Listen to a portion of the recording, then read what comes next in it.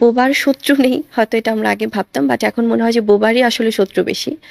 বুবলির এই ডায়লগটাকে চেনা পরিচিত মনে হচ্ছে আপনাদের কাছে? হ্যাঁ ভিউয়ার্স, বিস্তারিত জানতে সম্পূর্ণ ভিডিওটি না টেনে দেখুন। আগে কথা বলা হতো যে বোবার কোনো শত্রু নেই, এখন দেখা যায় বোবারই হচ্ছে সবচাইতে বেশি শত্রু। এবার নিশ্চয়ই বুঝতে পেরেছেন বুবলি কার ডায়লগটা কপি করেছেন। অন্যকে কপি করার স্বভাবটা হয়তো শবনম ইয়াসমিন বুবলির কখনোই যাবে না। কখনো অপু বিশ্বাসকে কপি করেন বুবলি, কিংবা কখনো পরিমণিকে কপি করেন।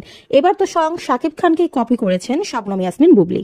সম্প্রতি নতুন একটি ইন্টারভিউতে হাজির হন শবনম ইয়াসমিন বুবলি, আর সেখানেই সাংবাদিকের নানান প্রশ্নের মুখে এক পর্যায়ে এই ধরনের কথা বলেন বুবলি।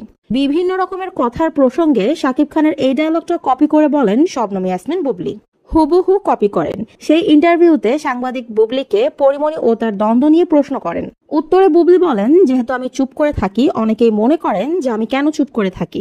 তখনই তিনি বলেন যে হয়তো বোবার শত্রু থাকে না, এই কথাটা আমরা আগে ভাবতাম, কিন্তু এখন দেখছি বোবারই অনেক বেশি শত্রু থাকে, যেটা নিয়ে অনেকেই এখন বুবলির উপর হাসাহাসি করছে। অনেকেই বলছে এবার কিং খানের ডায়লগ কপি করছেন বুবলি। শাকিব খানের ডায়লগ যে বুবলি কপি করে বসবেন সেটা কিন্তু অনেকেরই ধারণার বাহিরে ছিল।